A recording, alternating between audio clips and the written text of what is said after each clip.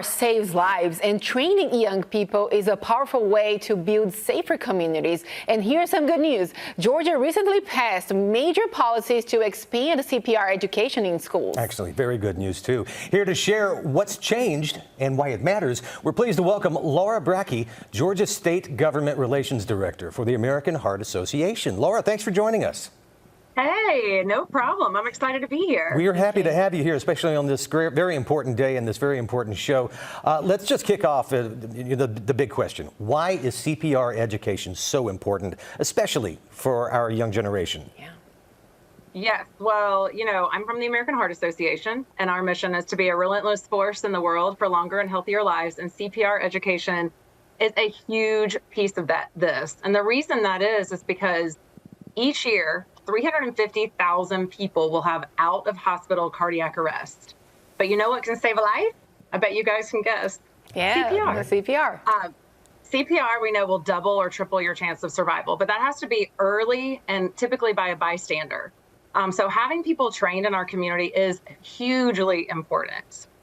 That's true. And now, like we said earlier, Georgia passed some big CPR education policies in 24. So can you tell us what changed? Sure. Well, I'm really excited that we made this huge change. We actually had two big things happen in 2024. One was that we passed cardiac emergency response plans in schools.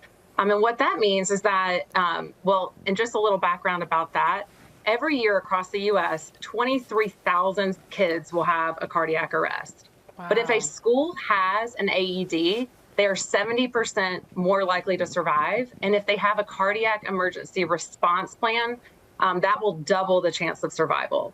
So what that means is that in the schools, you'll have the AED, but then you'll also have a trained response team and a trained written response plan.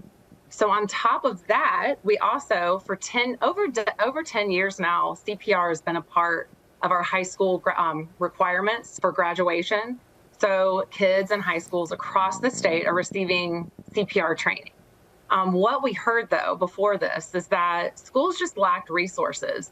Believe it or not, I talked to a PE teacher who was teaching CPR, but did not have any of the mannequins.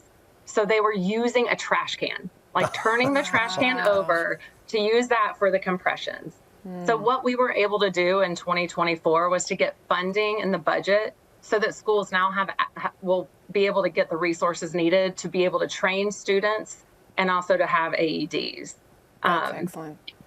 And a really key point for this is if all students, if all high schoolers, all graduates are trained before they graduate, we'll have 100,000 plus new trained people in our communities in CPR. You know, I just laughed about the trash can thing. It's laughable, but it's also laudable as well, too. And it's so important. It's actually one of the reasons for this very next question. Why the priority for the American Heart Association and your partners? Oh, gosh. Well, as you've heard, having CPR and having it quickly is one of the most important things you can do to survive out-of-hospital cardiac arrest. So the Heart Association, we are dedicated to this. And we will not stop until everybody is trained. I love that. Laura, what would you say to someone who thinks they'll never need to know CPR? Oh, gosh. I mean, wouldn't that be great to think, I'm never going to need it, but why risk it? Why risk it? I mean, the likelihood is that if you do need it, it's going to be on a loved one or a friend. And wouldn't you rather know than not know?